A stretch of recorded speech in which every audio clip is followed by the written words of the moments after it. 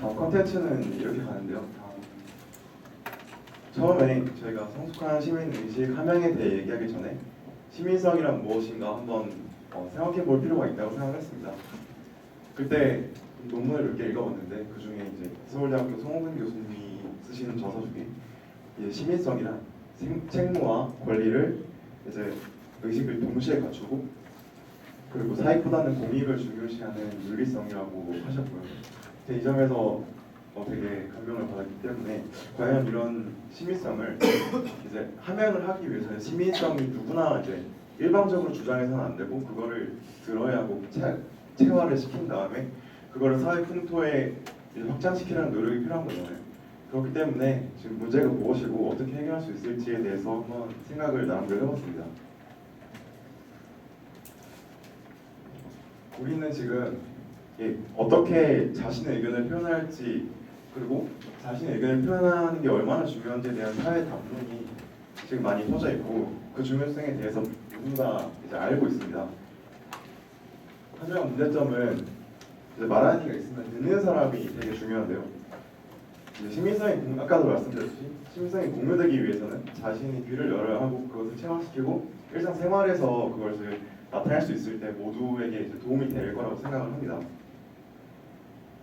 하지만 지금은 이제 자의적인지 아니면 타의적이든지 특히 이제 우리나라 같은 경우에는 재벌 그러니까 상위 시총 5개 그런 이제 대기업들이 GDP나 아니면 코스피 지수를 왔다 갔다 하게 하고 그런 재벌에 대한 우리 시민 의식에는 우리 생각에는 뭔가 부정적인 이미지가 담겨 있어요. 반대로 이제 스웨덴의 발렌베리 가문 같은 경우에는 지금 법인세도 지금 85%를 이익의 법인세로 내고 있고 그리고 GDP의 30%의 시장에 대기업 운영하고 있는데 그럼에도 불구하고 시민들이 이제 거의 스웨덴의 발렌베리 가문에 대해서 반발하거나 아니면 악의적인 감정은 없는 걸로 알고 있습니다. 그 사람들은 자기가 시민사회에 그러니까 이렇게 자기 시민사회에 공유 가치를 내주고 이렇게 공헌한다는 느낌이죠. 그런 거를 되게 자랑스럽게 생각하고 있고 시민들도 그거에 대해서 되게 고맙게 생각하고 있습니다.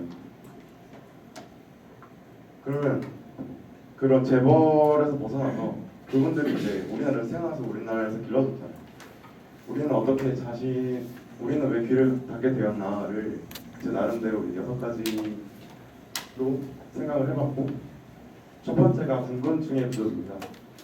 주입식 교육이나 아니면 우리가 산업사회를 거치면서 성공했던 과거에 젖어서 지금 4차 혁명이나 아니면 앞으로 닥쳐올 미래에 대해서 너무 궁금증이 없는 게 아닌가 하는 생각이 들었고 다음은 사고의 경직성, 상명 하복 시스템이나 지나친 매뉴얼 또 문서화에 익숙해진 우리나라 사람들이기 때문에 그런 것이 또 우리의 귀를 닫게 하지 않았나 싶습니다. 그 다음에 간접적인 의사소통인데요. SNS 플랫폼이 발달하면서 이제 편파적으로 보는 것 같아요. 사람들 너무 이해가 아니라 비교. 그러니까 내가 어디 올렸으면 나도 이걸 해보고 싶다.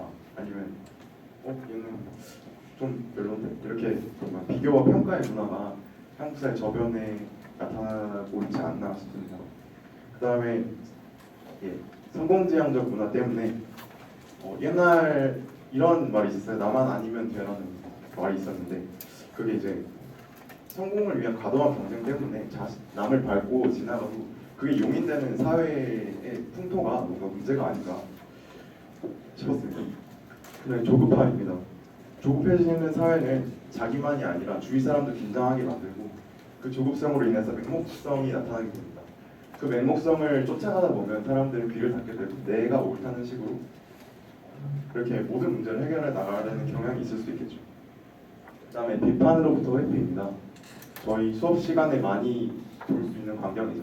교수님이 말씀을 하시는 학생들을 조용히하고 이런 게 당연하다고 생각할 수도 있겠지만 이제 이런 이유가 제가 생각하기에는 비판을 두려워하고 제가 그 타인의 비판에 대해서 질문받는 거에 되게 두려움을 갖고 있는 것 같습니다.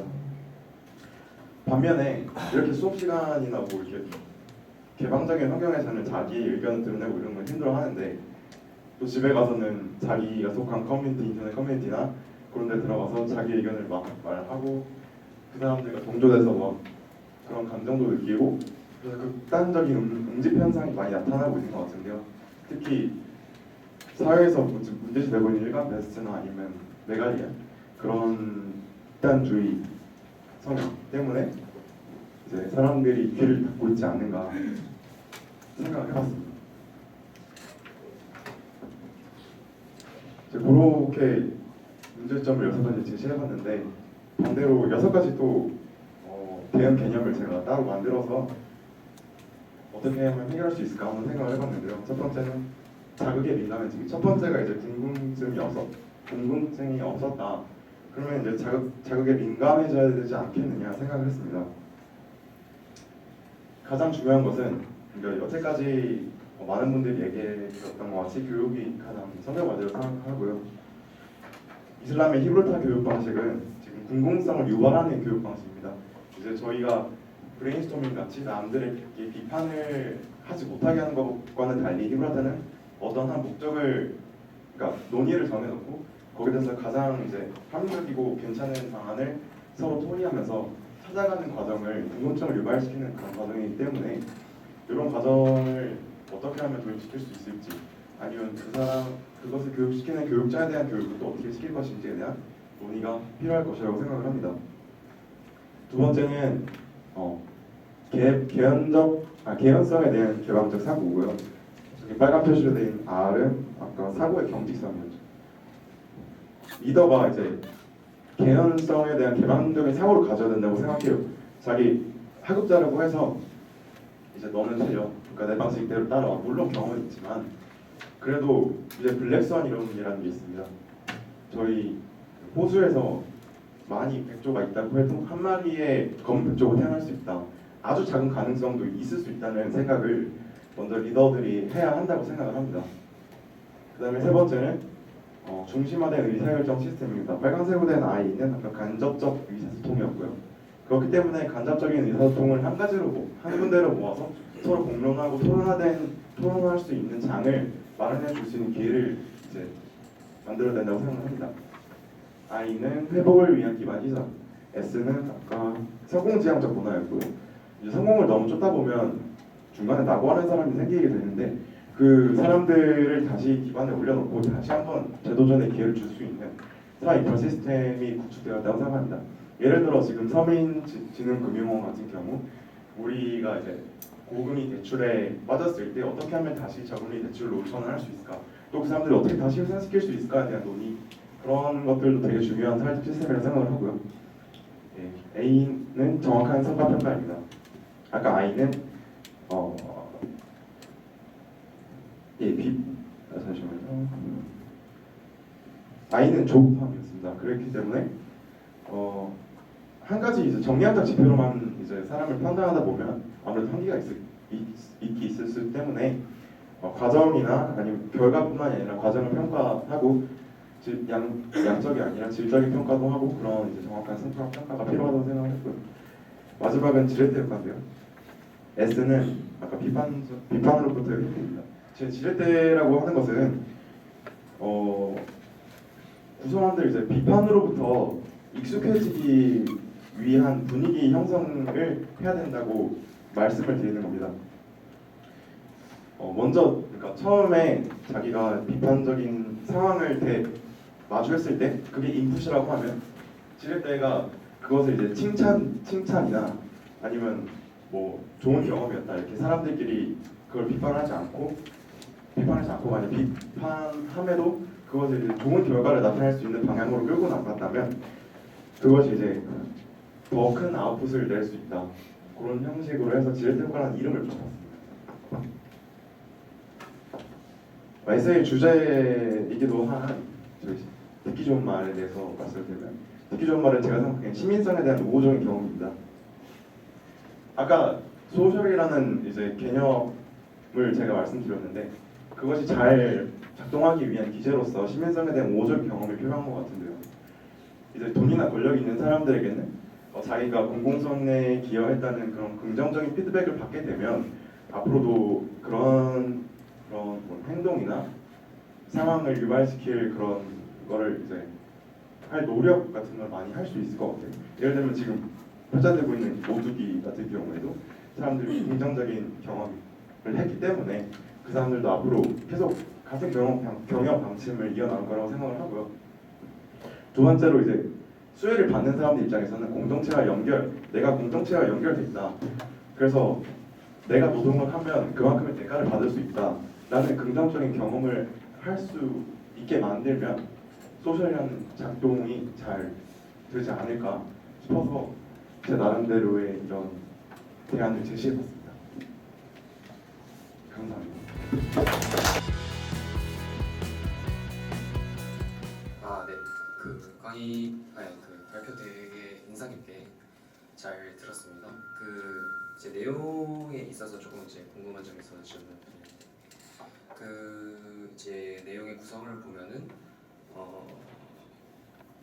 이제 이런 소셜 그리고 여기서 지금 언급되고 있는 이 6가지, 5가지 이 이제 문제점들 이것들에 대해서 이제 타겟팅이 이제 기업이나 기업 총수라든가 정부의 고위 관료라든가 이제 소위 말하는 힘 있는 자들에 대해서 이제 타겟팅이 되고 있는데 시민의식과 이제 이것이 어떻게 보면은 사회 전반으로 퍼져나가야 되는 것이잖아요.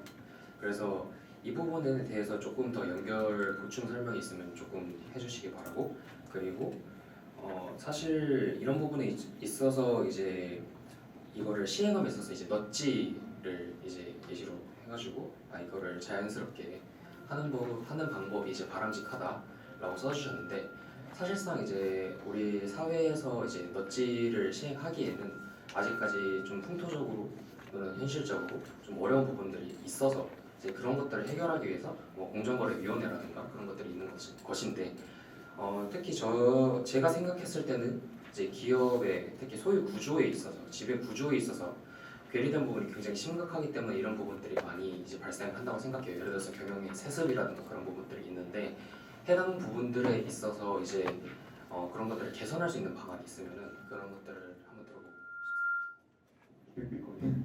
처음에 타겟팅 같은 경우에는 제가 이제 권력자들을 먼저 타겟팅을 한 건 맞아요. 하지만 좀 논의를 넓혀서 그 사람 아까도 말씀드렸듯이 그 사람들이 태어난 곳은 한국이고 그 사람들이 길러져 온 곳도 한국이고 그렇게 보면은 언제쯤 우리가 이제 그 사람들 될 수도 있는 거고 권력 가지려고 노력을 하는 상태이잖아요.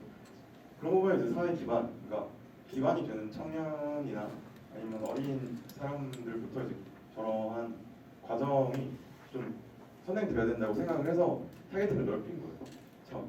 네. 그리고 두 번째 같은 경우에는 넛지 효과를 이제 발생시키기 위해는 뭔가 지배 부족의 문제가 있을 수 있다. 저도 많이 이제 생각하는 게 많은 문제들이 그 하청 구조 때문에 많이 일어난다고 생각을 해요, 사실상. 하지만 또 생각을 해보면 그게 경영 활성화를 위한 거라고 할 수 있는데, 그래서 저희들은 언론의 역할이 좀 중요하다고 생각을 하거든요. 저는. 그러니까 언론이 지금 아무래도 힘이 되게 크잖아요. 그러니까 위에 있는 하청 구조의 제일 상위에 있는 사람들에게 뭐 지금처럼 때리기도 중요하지만 잘하고 있는 기업에 그냥 칭찬을 하거나 이제 비비고 같은 경우는 원가 공개 하겠다 그런 식으로 나오고 있는데, 이래들이 잘하고 있으니까 다른 사람들 못 받아 이런 식으로 칭찬을 하고 뭔가 긍정적인 피드백을 준다면 그래도 어느 정도 해소되지 않을까 싶은 마음에 저는 결론을 내리겠습니다. 네, 감사합니다. 네, 또 다른 질문 있으십니까? 네, 연세대학교에서 오신 배영준 학생의 발표와 토론은 여기서 마치도록 하겠습니다. 감사합니다. 2017년 박태준 미래전략연구 에세이 공모전 최우수상 연세대학교 배형준.